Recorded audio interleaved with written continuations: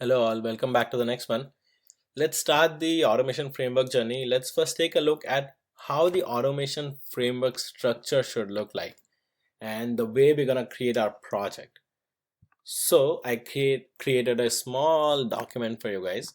This is how the project should look like. We should have a base package in which our base classes will go, and you will learn slowly what the base classes are and where they're used and everything.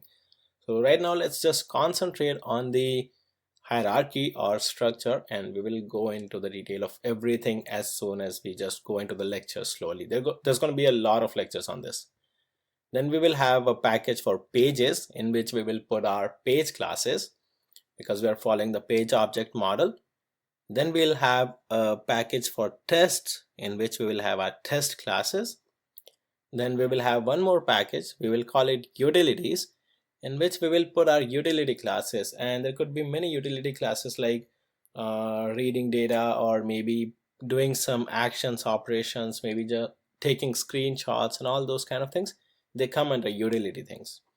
And then we will have a configuration files package where we can put our data files, some configuration files.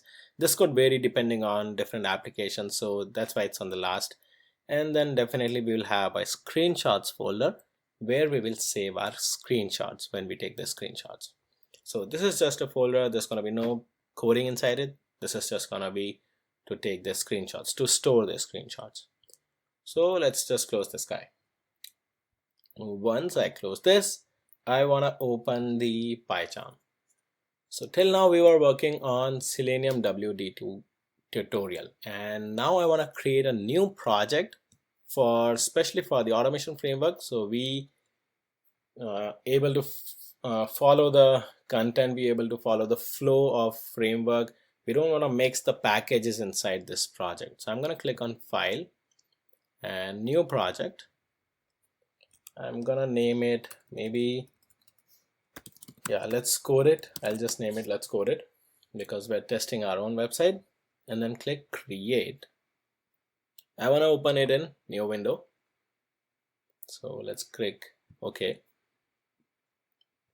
and there you go.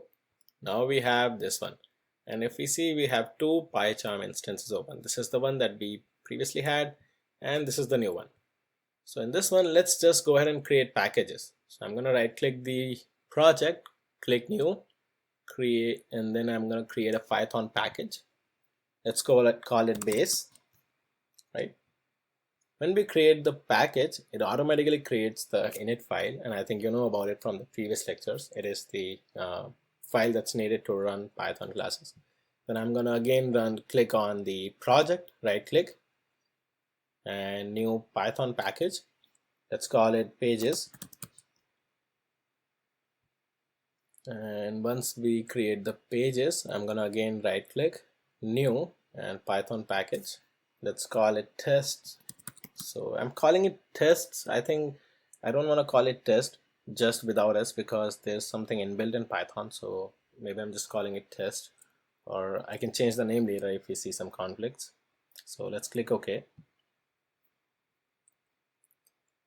And then we want to create one more package for utilities.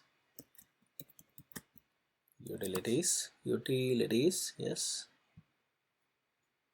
This is done. And one more for config files. So I'm just gonna say this. That's it. So we created the packages. I'm not creating anything for screenshots, but you know what, let's just go ahead. This is not a package. Instead, I'm just gonna call it a directory because there's no code there's gonna be no code inside it, so it's just to store the screenshots. So this is screenshots. We created the packages, we created the structure.